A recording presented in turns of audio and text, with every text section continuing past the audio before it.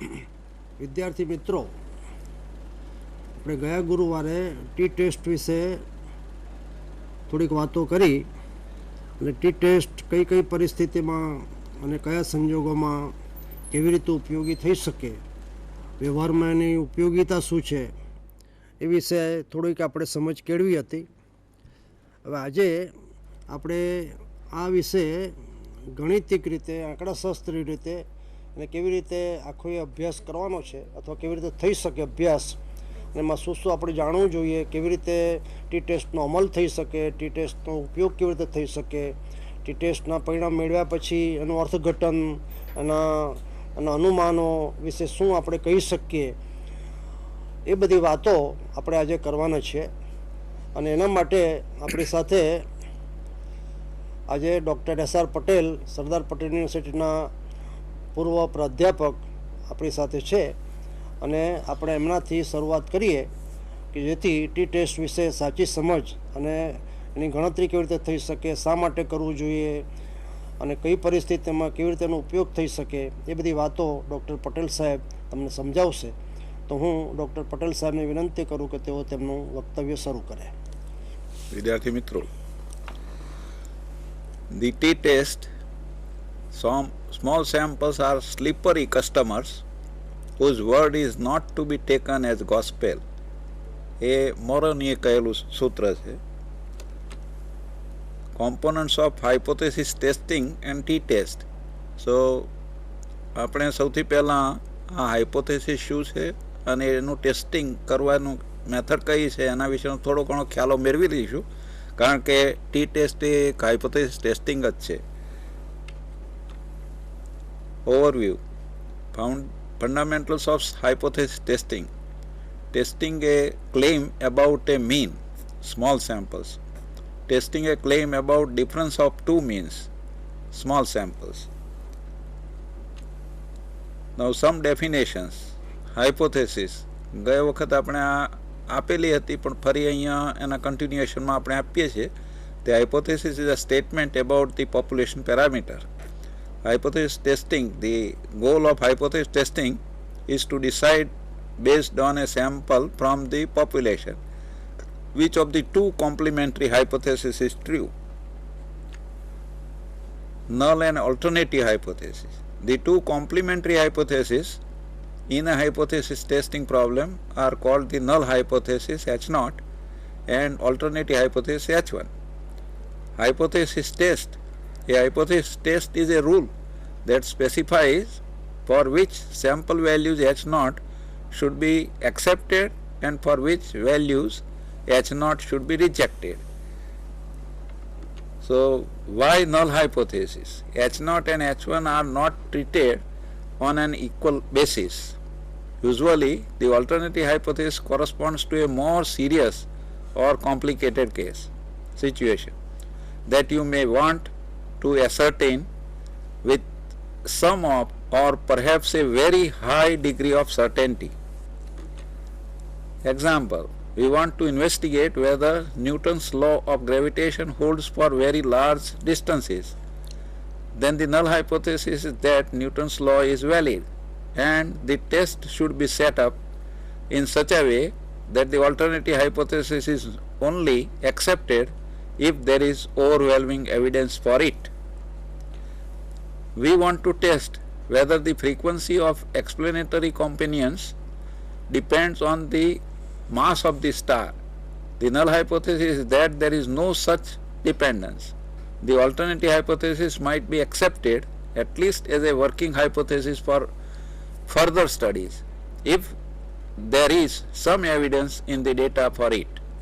The outcome of the test is most properly formulated as reject H0 better than accept H1, or do not reject H0 better than accept H0. Note about testing the validity of someone else's claim. Someone else's claim may become the null hypothesis because it contains equality, and it sometimes becomes the alternative hypothesis because it does not contain equality. test statistic, a value computed from the sample data that is used in making the decision about the rejection of the null hypothesis.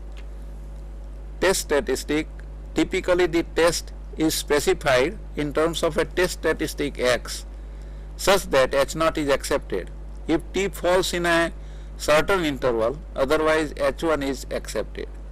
Based on Casella and Berger book, Statistical Inference Chapter 8, test statistics for large samples testing claims about population means Z is equal to x bar minus mu x bar divided by sigma divided by root n, which you know. Critical region, set of all values of the test statistic that would cause a rejection of the null hypothesis. Critical region, set of all values of the test statistic that would cause a rejection of the null hypothesis is depicted in the following graph. The critical region is on the left side, has been shown by arrow. Critical region on the right side also is shown by the arrow, and it is both the sides. Two-tail test is shown on both the sides of the arrows. Significance level, so this level is denoted by alpha, which is nothing but the probability of the test which will fall in the not the critical region but in the advanced way it has been decided before the experiment is started. The common choices of this critical region is 0.05, 0.01 and 0.10. Value or critical value or values that separate the critical region where we reject the null hypothesis from the values of the test statistics that do not lead to a rejection of the null hypothesis. So this is what the critical values Z score has been given in the picture, and this graph shows the Z score. The value or values that separate this, that do not lead to a rejection of the null hypothesis. So this rejection region for H0 has been shown also in this part, and fall to reject H0. Two-tailed, right-tailed and left-tailed test. The tails in a distribution are the extreme regions bounded by the critical values. Two-tailed test, H0 in a normal distribution when we are testing mu, suppose that mu is equal to 100, against that mu is not equal to 100, which has been shown alpha is divided equally between the two tails of the critical region. So if the critical region, if alpha is 0.05, then 2.5% on the left and 2.5% on the right side, which has been shown in the figure. So values that differ significantly from 100. Now right side, right tail test when H0 is equal, mu is less than equal to 100 against mu is greater than 100. So it is on the points which are on the right side of this, and which has been shown in the graphically by these values. And left tail test, whenever mu is greater than equal to 100 against mu is less than 100, the alternative hypothesis is less than 100, so the critical region is on the left side of this, which has been shown in the figure. Conclusions in hypothesis testing. It is always test the null hypothesis, one. Secondly, reject the H0 whenever it has been shown that the value lies in the critical region. And third, fail to reject the H0. And the last, need to formulate correct wording of the final conclusion. Now this has been shown in the figure, that how it can be. It is just like a diagrammatically shown here. Type 1 error. The mistake of rejecting the null hypothesis is when it is true, which is called the type 1 error. Alpha is used to represent the probability of type 1 error. Example, rejecting a claim that the mean body temperature is 98.6 degrees when the mean really does not equal 98.6. Type 2 error, the mistake of failing to reject the null hypothesis when it is false. So, and it is denoted by beta and is used to represent the probability of type 2 error. Example, failing to reject the claim that the mean body temperature is 98.6 degrees when the mean is really different from 98.6. So, the possible significant level, the possible results of hypothesis test are probability of type 1 error, if it turns out to be alpha significance level, usually fixed by the test, and probability of usually it is fixed in advance by the person who is taking the test, and if probability of type 2 error is beta, this is usually not known.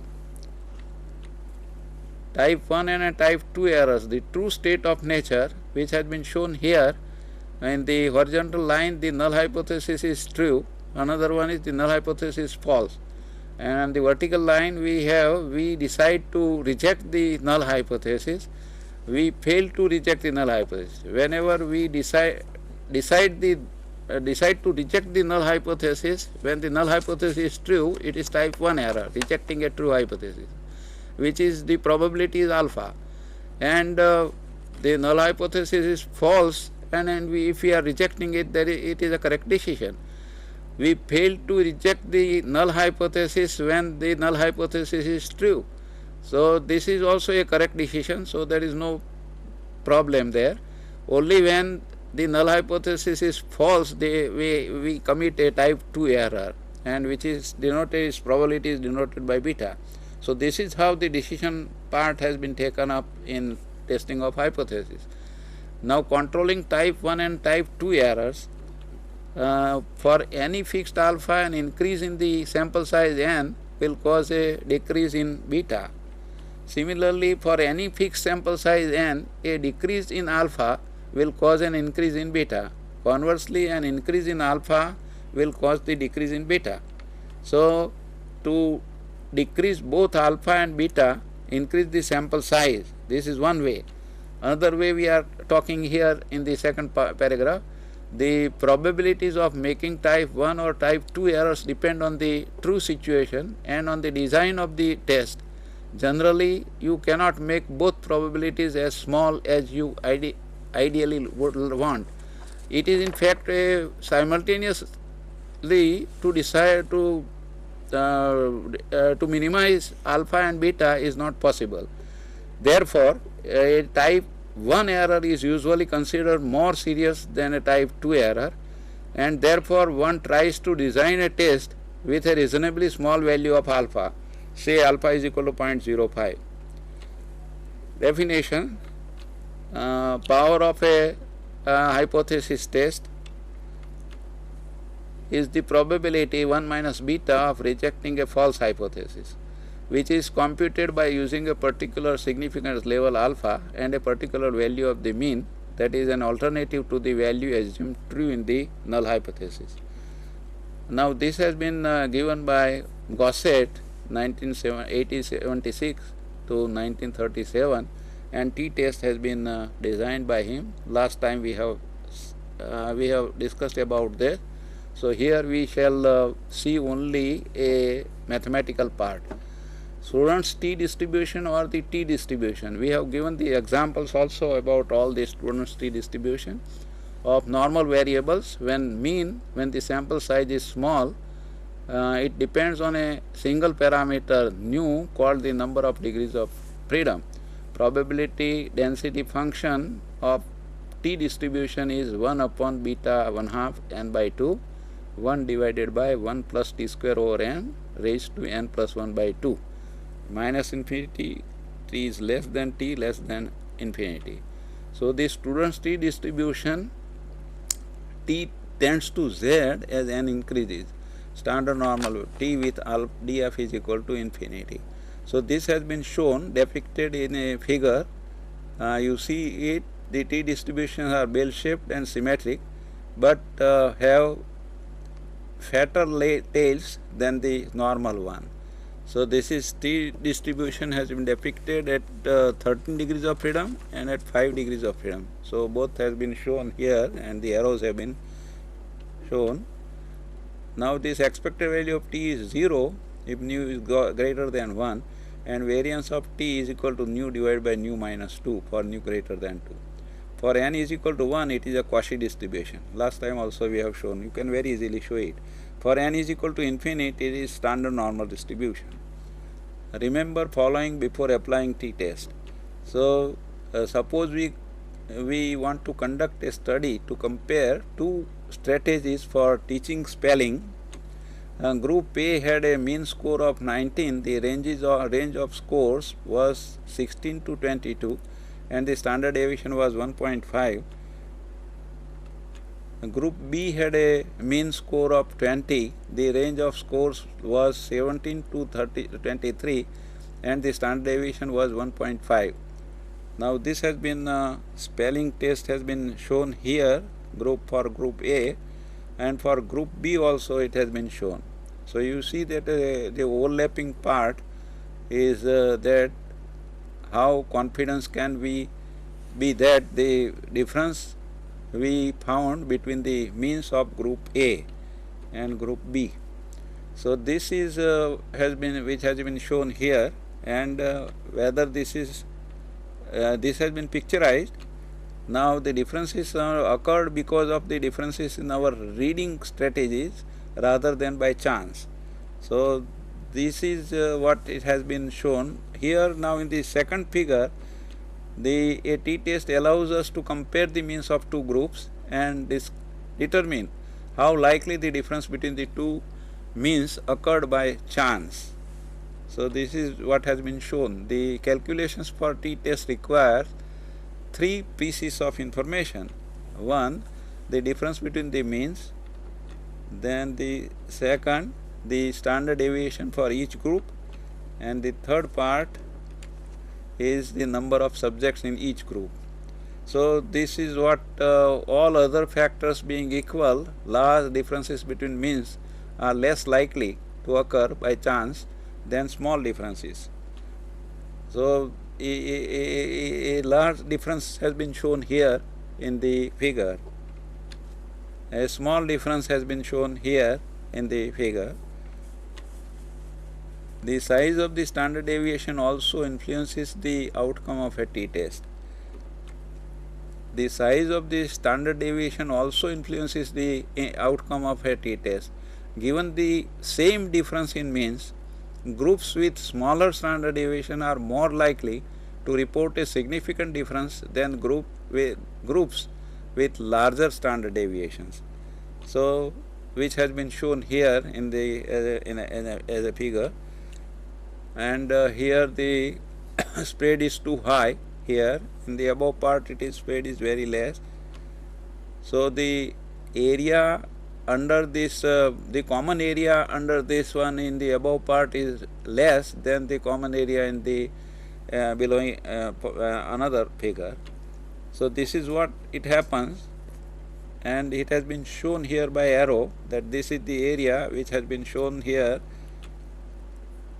So less overlap would indicate that the groups are more different from each other, and the small differences will have a small overlapping, and this has been shown here. So the size of our sample is also important. The more subjects that